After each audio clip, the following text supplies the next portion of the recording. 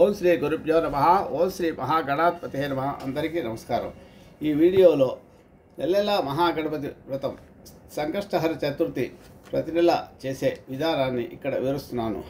ఈ సంకటహర చతుర్థి, దీన్నే సంకట చతుర్థి, సంకట చవితి అని కూడా అంటారు. నిజానికి ఇది సంకటహర చవితి. గణపతికి సంబంధించిన ఈ చతుర్థిని ఆలంబనంగా చేసుకొని చేసే వ్రతాన్ని సంకట వ్రతం అంటారు.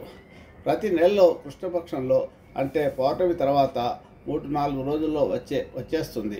ప్రదోష కాలంలో సూర్యాస్తమ సమయంలో చవితి ఎప్పుడు ఉంటుందో ఆ రోజు సంకష్ట చవితిగా లెక్కలోకి తీసుకోవాలి. 2 రోజులు ప్రదోష సమయంలో చవితి ఉండడం సాధారణంగా జరగదు. ఒకవేళ ఎప్పుడైనా అలా జరిగితే 2వ రోజును సంకటహర చవితిగా తీసుకోవాలి. మామూలుగా అయితే భాద్రపద మాసంలో ఘనంగా వినాయక చవితి పూజ చేస్తాం. ఉండ్రాళ్ళు కుడుములు నైవేద్యంగా పెడతాం. సద్గుణాలు ప్రసాదించమని గుంజీలు కూడా తీస్తాం. ఏడాదికోసారి కూడా నెల గణనాథుడిని మహాగణపతి అంశాన్ని పూజించే రోజు ఒకటి ఉంది. అదే ఈ సంకష్టహర చతుర్థి. పూర్వజన్మ పాపాలు ఈ జన్మలో కష్టాలను మోసుకొస్తాయనేది కర్మ సిద్ధాంతం సారాంశం కూడా. ఏ పుణ్యకర్మ చేయకపోతే జన్మలకు ఆ పాపాల జాబితా వెన్నాడుతూనే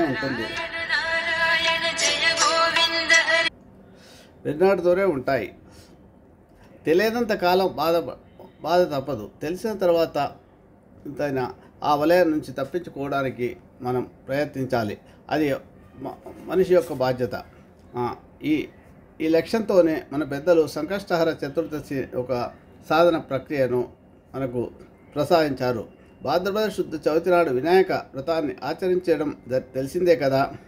మళ్ళీ ఈ సంకష్ట చతుర్థి ఏమిటి, దీనిలో మహాగణపతిని అర్పించే విధానం ఏమిటి అన్న ప్రశ్న తలెత్తక మాందు ప్రతి ఒక్కరికి. జవాబు తెలుసుకుంటే మహాగణపతి మహిమ ఎంతటిదో స్పష్టమవుతుంది. కురుక్షేత్ర సంగ్రామంలో తనకు విజయం కలగాలని ధర్మరాజు పాపాలన్నీ పోయి తాను గౌతముడిని చేరాలని అహల్యాదేవి కలి పెట్టిన బాధతో నలమహారాజు నుంచి విడిపోయిన భర్తను కలుసుకోవాలన్న తపిస్తున్న దమయంతి ఈ వ్రతాన్ని చేశారని మన శాస్త్రాలు చెప్తున్నాయి, పురాణాలు చెప్తున్నాయి. ఒక్కరేమిటి, పురాణ కాలంలో సంకష్టహర చతుర్థి వ్రతాన్ని నియమనిష్టలతో ఆచరించి తమ సంకల్పాన్ని నెరవేర్చుకున్న ఉదాహరణలు అనేకం ఉన్నాయి. నేటి రోజుల్లోనూ గణపతి దేవుడిని సంకష్టహర చతుర్థి వ్రతంతో ప్రసన్నం చేసుకున్న వారి సంఖ్య అపారంగా కనిపిస్తుంది. ఈ వ్రతం ద్వారా కష్టాలను పోగొట్టే దైవంగా మహాగణపతి మరింత స్పష్టంగా కనిపిస్తాడు. సంకష్టహర చతుర్థి వ్రతాన్ని సంవత్సరాల తరబడి నియమనిష్టలతో చేసేవారు కూడా ఎంతోమంది ఉన్నారు ఈ లోకంలో. ప్రతి మాసంలోనూ పౌర్ణమి తర్వాత వచ్చే చవితి నాడు సంకష్టహర చతుర్థి వ్రతాన్ని ఆచరిస్తారు.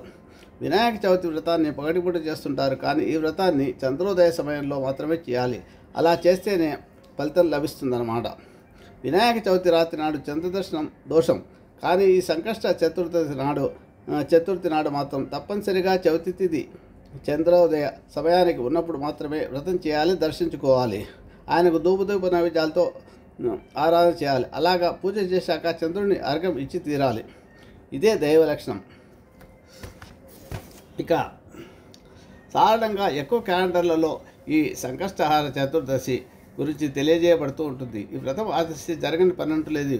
అవి ఏమంటే, ఎవరికైనా వివాహం ఆలస్యం అవుతుంటే, అలాగే ఉద్యోగం రాకపోతే, అలాగే వీసా రాకపోయినా విదేశాలకు వెళ్ళి చదువుకోవాలని కోరిక ఉంటుంది చాలామందికి.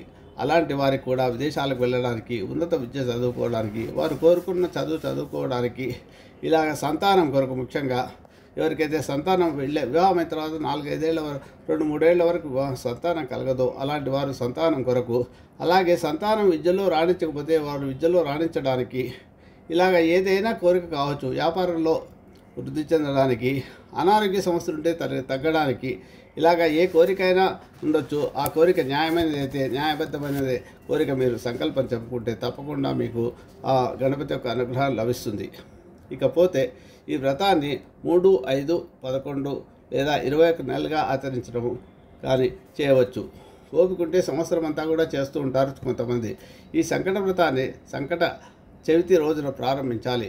ప్రారంభించే రోజు స్నానం చేసిన తర్వాత గణపతిని పూజించి తర్వాత ఎరుపు లేదా తెలుపు జాకెట్ పీస్ తీసుకొని సుమారు 1/2 మీటరు చదరం గల ఎరుపు లేదా తెలుపు రంగు గల కాటన్ గుడ్డను కానీ తీసుకొని గణపతి ముందు ఉంచి దానికి పసుపు పెట్టి చిటికెడు కుంకుమ వేసి స్వామిని తలుచుకొని మనసులో ఉన్న కోరికను మనసారా స్వామికి తెలిపి 3 దోసిళ్ళు గుప్పిళ్ళు బియ్యాన్ని అందులో ఉంచాలి, అందులో పోయాలి. ఆ తర్వాత 2 ఎండు ఖర్జూరాలు, 2 వక్కలు దక్షిణ ఉంచి తమలపాకులను 2 తమలపాకులు కూడా ఉంచాలి, అందులో ఉంచాలి. మనసులోని మీ కోరికను మరోసారి తలుచుకొని మూట కట్టాలి. దాన్ని స్వామి ముందు ఉంచి ధూపం దీపం నైవేద్యంతో అగరత్తులు వెలిగించి టెంకాయ లేదా పళ్ళు నివేదన చేయాలి. ఇంట్లోనే ఒక చోట గణపతిని ఉంచి ప్రదక్షిణ చేయవచ్చు. పూజలో ఉన్న గణపతిని మాత్రం తీయకండి. శారీరకంగాను మానసికంగాను స్వామికి ఎంత సేవ చేశామన్నది ముఖ్యం, అంతేకాని ఎన్ని టెంకాయలు సమర్పించాము, ఎన్ని పళ్ళు నివేదించాము అన్నది ముఖ్యం కాదు. సూర్యాస్తమయం అయిన తర్వాత స్నానం చేసి దీపం వెలిగించి స్వామికి లఘువుగా పూజలు చేయాలి. సూర్యాస్తమయం వరకు ఉడికించిన పదార్థం కానీ, ఉప్పు తగిలిన కలిసిన వేయబడిన పదార్థాలు కానీ ఏవి తినకూడదు. పాలు పళ్ళు పచ్చి కూరగాయలు మాత్రం తినవచ్చు. నిమ్మరసం తాగినా పర్వాలేదు. అనుకున్న సమయం ప్రకారం మీరు మీ ఓపికను బట్టి 3 నెలలు కానీ 5 నెలలు కానీ 11 నెలలు కానీ లేదా 21 చవితులు కానీ పూర్తి అయ్యేంత వరకు ఇలాగే సంకటహర చవితి చేయాలి. అసాధ్యంగా మీరు ఎక్కువ రోజులు పెట్టుకుంటే చేయలేకపోతే ఇబ్బంది, కాబట్టి మీ వీలును బట్టి మీ ఓపికను బట్టి మీరు చేసుకోండి, సంకల్పం చేసుకోండి. చంద్రోదయం తర్వాత చంద్రదర్శనం లేదా నక్షత్ర దర్శనం చేసుకొని చంద్రునకు ధూప దీప నైవేద్యాలను సమర్పించి మామూలుగా భోజనం చేయాలి. నియమం పూర్తి అయ్యాక ఉడుపు కట్టె బియ్యంతో పొంగల్ చేసి స్వామికి నివేదించి సాయంత్రం భుజించాలి. ఈ వ్రతం వల్ల ఎలా మీకొక ఏదైనా కోరిక అయినా సిద్ధిస్తుందని ఇంతకుముందు చెప్పిన వాటిలలో ఏదైనా సరే న్యాయమైనది నిజాయితీ గలగా మనకు మానసికంగా ఇబ్బంది పడుతుంటే తప్పకుండా ఆ గణపతి మీ కోరికను తీరుస్తాడు. ఈ సంకష్టహర చతుర్థికి సంబంధించి పురాణాల్లో కథ కూడా ఉంది. ఈ వ్రతానికి ప్రత్యేక వ్రత కథ కూడా ఉంది. 5 అధ్యాయాలతో ఉన్న ఈ కథలో రుక్మిణి పుట్టింట్లో ఉన్నప్పుడు ప్రద్యుమ్నుడిని శంబరాసురుడు అనే రాక్షసుడు మాయ చేసి తీసుకెళ్లినప్పుడు జరిగిన వృత్తాంతం కనిపిస్తుంది. కొద్ది కాలానికి లోమష మహర్షి సూచన మేరకు సంకష్టహర చతుర్థి వ్రతాన్ని చేసి రుక్మిణి శ్రీకృష్ణులు మళ్ళీ ప్రద్యుమ్నుడిని తమ ఇంటికి తెచ్చుకోగలుగుతారు. అలాగే బాణాసురుడి ఇంట్లో బంధితుడైన శ్రీకృష్ణుడి కుమారుడు అనిరుద్ధుడు ఈ వ్రత ఫలితంగానే రాక్షసులను జయించి తాను వలచిన ఉషను పొందగలుగుతాడు. ఆ సందర్భంలో బ్రహ్మదేవుడు చతుర్థి వ్రత మహిమను వ్రతాచరణ విధానాన్ని వివరించినట్టు మనకు పురాణం ద్వారా భాగవతంలో తెలుస్తుంది. వ్రత కథలోని 4వ అధ్యాయంలో ఏ కారణం చేతనైనా వ్రతం చేసే అవకాశం లేనప్పుడు వ్రతాన్ని తిలకించి చివరిలో ప్రసాదాన్ని స్వీకరించిన పుణ్యం దక్కుతుందని సందేశం ఇచ్చారు. కృతవీర్యుడి కథ ఆసక్తికరమైనదే. ఆ రాజు ప్రజలను కన్నబిడ్డల్లా పాలించేవాడు. ఏనాడు ధర్మం తప్పలేదు. అయినా ఎంతో కాలం దాకా పిల్లలు కలగలేదు. సంతాన భాగ్యాన్ని పొందాలన్న కోరికతో రాజ్యాన్ని మంత్రులకు అప్పగించి ధర్మపత్ని సమేతంగా అడవులకు వెళ్ళి బ్రహ్మను ఉద్దేశించి తపస్సు చేస్తాడు. భక్తికి మెచ్చి విధాత ఏడాది పాటు నియమనిష్టలతో సంకష్టహర చతుర్థి వ్రతాన్ని ఆచరిస్తే మీ మనోవాంఛ సిద్ధిస్తుందని అభయమిస్తాడు. దాంతోపాటే కృతవీరుడి పూర్వజన్ముడు వివరాలు చెప్తాడు. పూర్వజన్మలో అతడు పరమ దుర్మార్గుడు. అతడి గణపతి అనే కొడుకు ఉండేవాడు. ఓ సంకష్టహర చతుర్దశి నాడు చంద్రోదయ సమయంలో గణపతి గణపతి అంటూ 1కి 10 సార్లు కొడుకును పిలిచి భోజనం పెడతాడు. ఆ నామస్మరణతోనే మహావ్రతాన్ని ఆచరించినంత ఫలితం దక్కిందట ఆయనకు. మరుజన్మలో రాజుగా పుట్టాడు. పాపశేషం వల్ల సంతానం మాత్రం కలగలేదు. కృతవీరుడికి ప్రతిఫలంగా పుట్టిన వాడే కార్తవీరార్జునుడు. తండ్రి బాటలోనే వ్రతం చేసి కార్తవీరార్జునుడు 1000 చేతులను మహాబలాన్ని సంపాదించుకున్నాడు.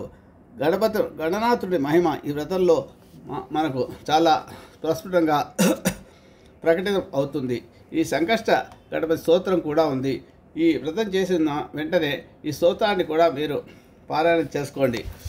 ప్రణమ్య శిరసా దేవం గౌరీపుత్రం వినాయకం భక్తావాసం స్మరే నిత్యమాయు కామార్థ సిద్ధయే ప్రథమం వక్రతుండం చ ఏకదంతం ద్వితీయం శృత్యం కృష్ణపింగాక్షం గజవక్రం చతుర్దకం లంబోదరం పంచమం చ షష్టం వికటమేవ చ సప్తమం విఘ్నరాజం చ ధూమ్రవర్ణం తదాష్టకం నవమం పాలచంద్రం చ దశవంతు వినాయకం, ఏకాదశం గణపతిం, ద్వాదశంతు గజాననం,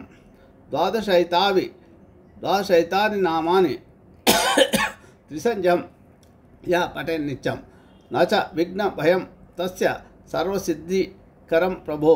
విద్యార్థి లభతే విద్యాం, ధనార్థీ లభతే ధనం, పుత్రార్థీ లభతే పుత్రాన్, మోక్షార్థీ లభతే గతిం. జపేత్ గణపతి స్తోత్రం చతుర్మాసై ఫలం లభేత్. సంవత్సరేణ సిద్ధంచ లభతే నాత సంశయః. అష్టభ్యో బ్రాహ్మణేభ్యశ్చ లిఖిత్వాయః సమర్పయేత్.